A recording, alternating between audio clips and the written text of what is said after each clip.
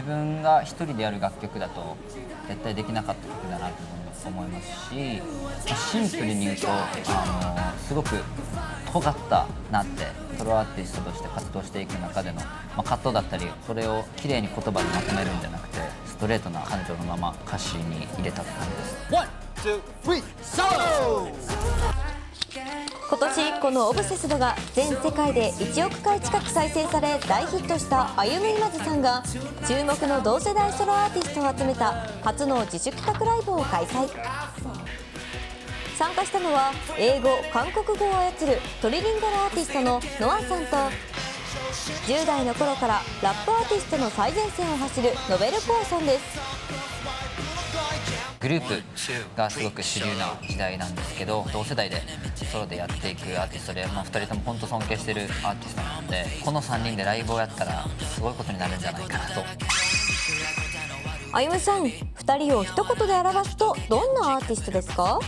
ノアはクールっていう意味も込めて感じの涼しい、逆にコアはパッションがすごい強いから熱い。熱や熱と量。ノアさんとコアさんから見てあゆみさんはどうですか？めちゃくちゃ踊るし、めちゃくちゃ踊らせると思うんですよ。だから踊るって感じ一文字がすげえ合うアーティストかなって思います。キラキラしたイメージもあったりするので、輝くってイメージない踊り輝く全く違う個性を持った3人が初のコラボ曲「ソロ」を制作。ソロパートはそれぞれが作詞し、唯一無二の世界観を表現しました。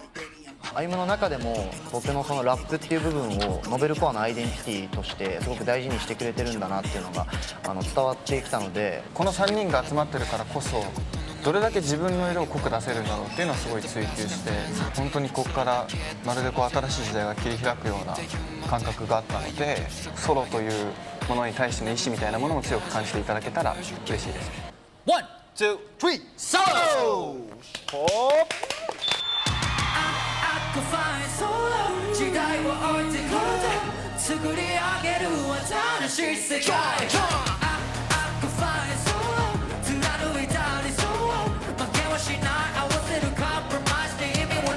ソロアーティストって本当に人間性というか、そのアーティストのパーソナルな部分も垣間見える、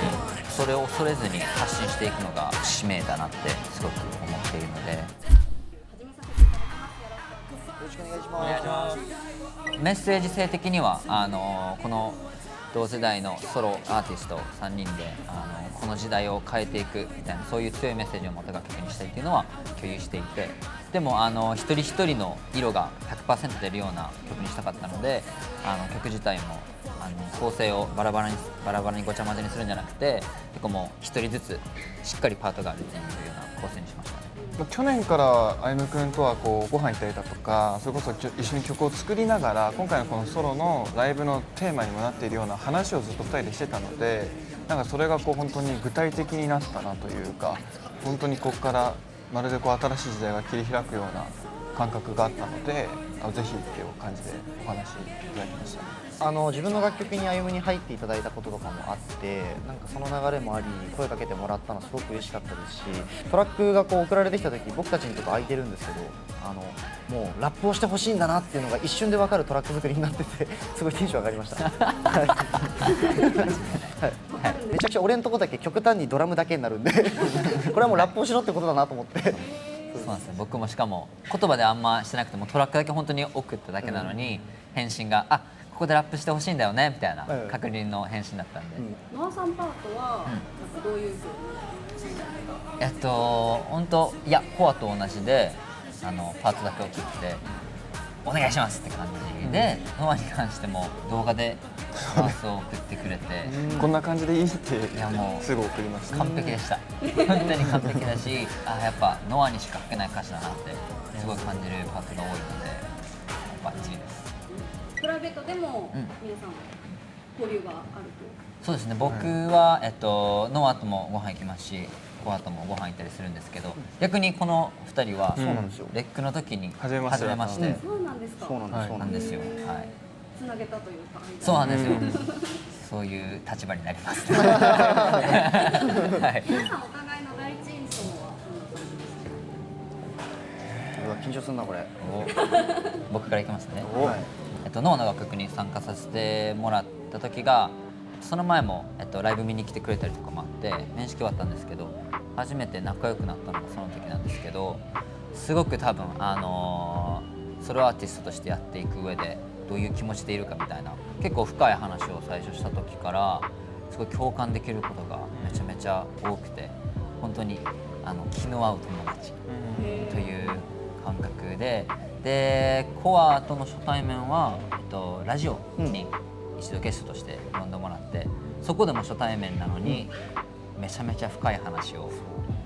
して、そこででもコアは本当にすげえ熱い男だなって感じたのと、やっぱなんだろうな、歌詞の内容もそうなんですけど、やっぱり発言する一つ一つの言葉の選び方だったりにすごくなんか感心するというか、なんか同世代なのにマジですげえなって思うところがめちゃめちゃありますね。本当聡明な人なんだなっていうイメージが最初すごく強くて、あとストイック、なんかこう音楽に関してもそうだし、なんて言うんだろう、自分のファンとの向き合い方だったりだとか、自分がこう日本の音楽シーンにおいてどういう存在であるべきなのかみたいなことも含めて、すごいこう客観しながら、主観と客観使い分けながら自分のことをこうちゃんと分析して活動してる人だなと思ったし、なんかそれがちゃんとしかも実力で裏付けされてるから、なんかすごいストイックなアーティストなんだなと思って、僕も最初から超リスペクト強かったですね。めちゃめちゃベタ褒めですね。嬉しいやっぱ歌って踊るっていう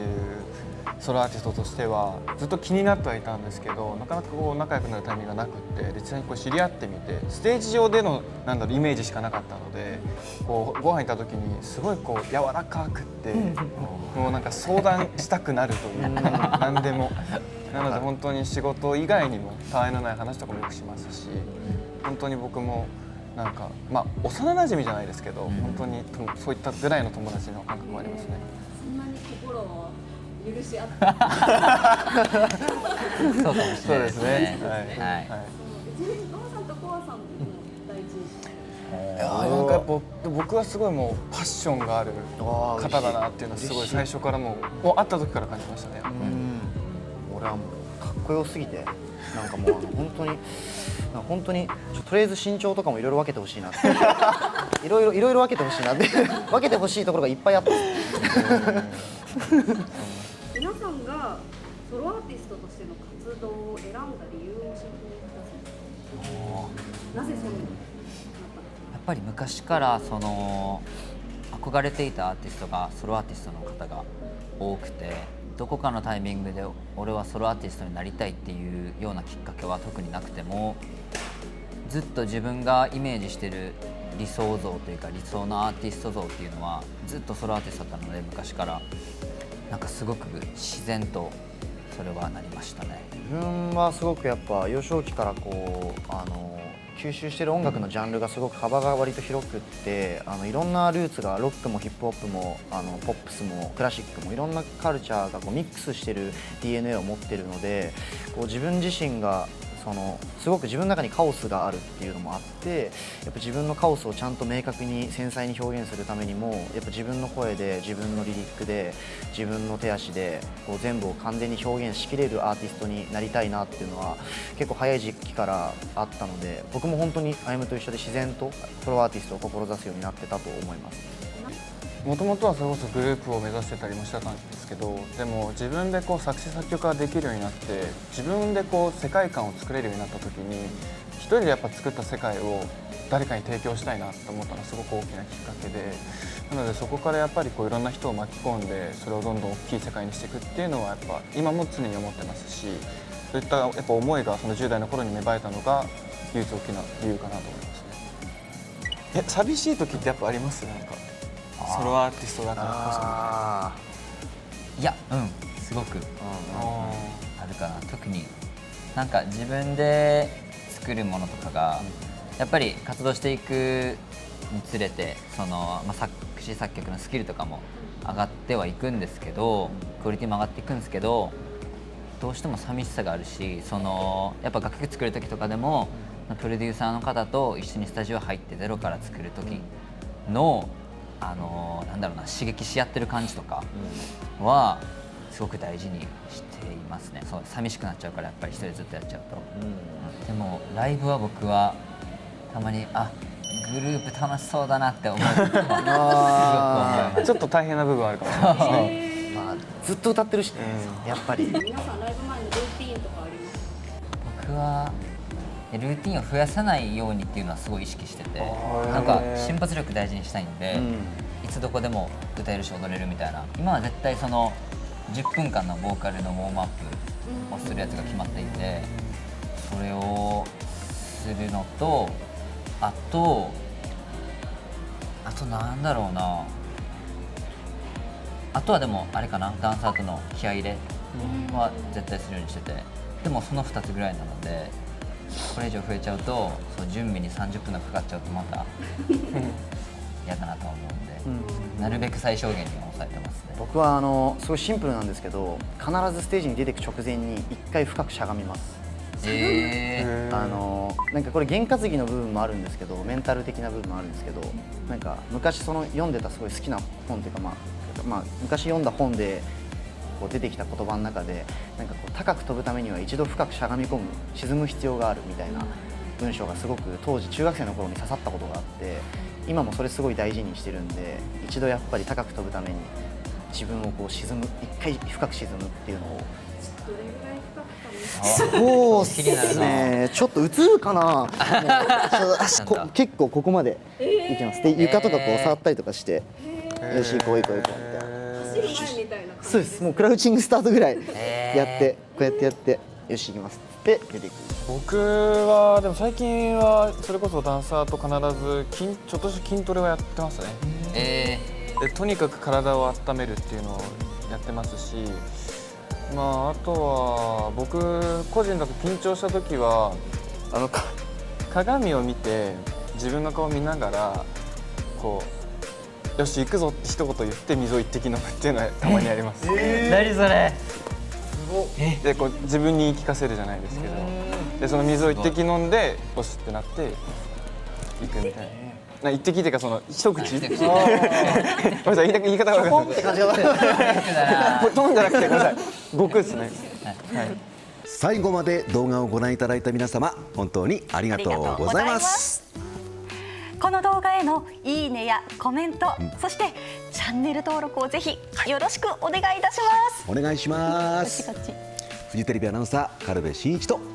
井上聖華でした。どうも。